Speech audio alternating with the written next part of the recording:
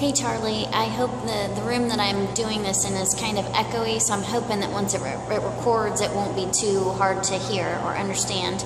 But anyways, I'm going to set you up with about 4 to 5, well probably about 4 exercises which will end up equaling about 20 minutes by the time you're done doing all those 4 strength exercises.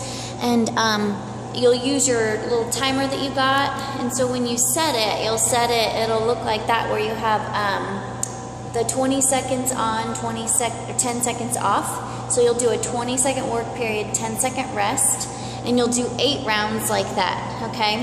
And then you take about a minute break and move on to the next exercise and do 8 more rounds of that exercise, okay? So the first exercise you're gonna do will be your bicep curl to overhead press, which is going to work biceps as well as shoulders. So up, up, down, down. 8 rounds like that. So the goal is, with the 20 seconds, you want to work as hard as you can, as fast as you can in that 20 seconds without getting too out of control or losing your form, okay? So that's your first exercise, 8 rounds like that. Take a little rest, okay, and then you're going to get upper back and triceps. So you need to make sure you bend at your hips and keep your back nice and flat so you're not rounding. So flatten the back out, and you're going to pull up, take it back, and then down. Up, back, down. Okay, so again, 8 rounds like that with that 10-second break in between those 20-second work period, and then you give yourself a break. Okay, next exercise, you're going to get into the legs a bit. So you're going to go for just squats. So down, press up, okay? Just like that, again, as fast as you can, as hard as you can. And I know your main focus was your midsection, but I'm a big believer in kind of working the body as a whole rather than focusing on one specific area. And just know that, you know, as you're working and implementing all of this new stuff, you'll start to lose some body fat, and then eventually it'll end up coming off in the area that you're trying to target, okay? So then the next one, we'll do plank, and you can have yourself where you're going onto your knees right here. You really want to make sure that you're streamlined through here, that you don't have the hips back, and that you're not sagging here, okay? So right here, or you can go to the toes, okay? And you can also, if it bothers your wrists for whatever reason, you can go onto your forearms as well, okay? But your body's nice and tight.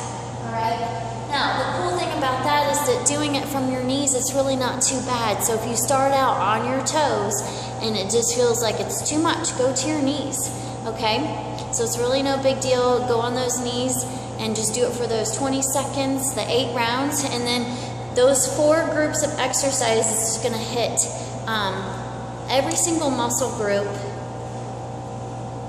and then it's going to hit all of your upper body, as well as your legs, as well as your core. So, and then we'll work in chest a little bit later on with some other exercises, but we'll target that a little bit later, okay? Because when you're doing that plank, that's going to get through there as well, just by holding it. So, so we're just going to kind of focus on working in more and more muscle groups as we go and build up a nice base strength. So what I'm going to recommend is, when you're make sure you're doing your walking. I know you said you do use your stroller and you go out for a walk for about maybe a half an hour.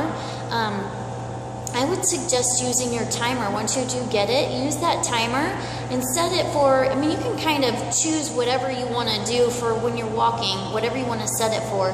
I would say maybe do like a 2 minutes, like a nice faster paced walk, and then set it for like a 30-second burst. So you go 2 minutes, and then 30 seconds, and when it dings for that 30 seconds, you're going to do an all-out, really hard walk.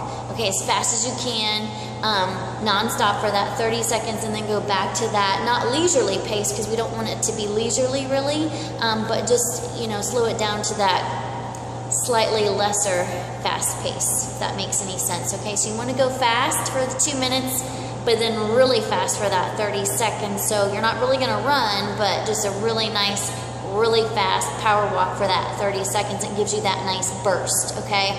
So the reason I really love doing the intervals and doing the timed is because it allows you to work really, really hard for that allotted amount of time, and then you get those little rests in between, which is, you can burn a lot more calories and be far more effective than trying to maintain the same exercise for 5 minutes or 10 minutes or 20 minutes, okay? If that makes any sense, hoping that it does.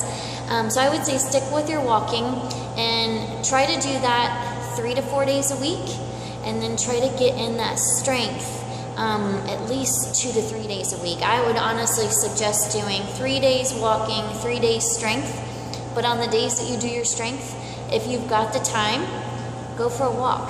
So let's say you do your strength in the morning and you've done your 20 minutes, you got it all in, great. And then later on in the day, you've got a little time, go for that walk.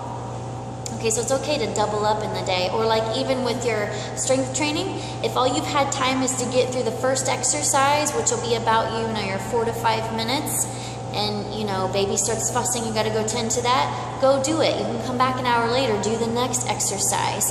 So even though it's 20 minutes, you can break it up into those 5 minutes, 5 minutes, 5 minutes, 5 minutes. Don't think you have to have that 20 minutes. Obviously, when you go for a walk, you're going to have to try to go out for a longer time just because you're going to have to leave the house and do it. But, you know, if you were inside with a treadmill, you could definitely do the same thing. Like walk for 10 minutes, take a break, go tend to necessary duties, come back and walk another 10 minutes. So everything is modifiable. Everything can be accommodated. So definitely you don't ever have to have a huge block of time to get exercise in. Okay, so I'm really hoping that this helps you and that all of it made sense. And the other thing I really would like to encourage you, I really don't know what your diet's like, but I can tell you that processed food, there's a lot of toxins and chemicals in a lot of processed food. And if you are consuming processed food, which most people do, I know I was a big, you know, which involves most of your traditional products, you know, like Kraft and all that stuff. You know, you buy a box of macaroni and cheese that's been processed, okay? Tends to be a lot of chemicals. Our body wants to hold on to those chemicals rather than burning it. And the reason it does that is because it wants to protect your organs from the chemicals cycling through the organs. So rather than burning it and processing those chemicals, it will store it as body fat most all the time. That's what our body likes to do because it wants to protect the organs. So reducing processed food consumption will allow your body to burn stuff a lot easier. When you start eating real food, our bodies just burn it up and use it as fuel and energy, rather than that processed food being stored as chemicals. Okay, so food for thought, if that's like a topic you'd like to touch on and, you know, want to be pointed in the right direction, let me know. I certainly don't mind talking about that or communicating back and forth regarding that. So I hope things are going well, and I really do hope that this video worked out for you, and I certainly don't mind shooting you a video, you know, every 4 weeks or something like that to give you a new regimen to do, okay? Definitely let me know if you have any questions. Send me a message or whatever works best for you, okay? Take care.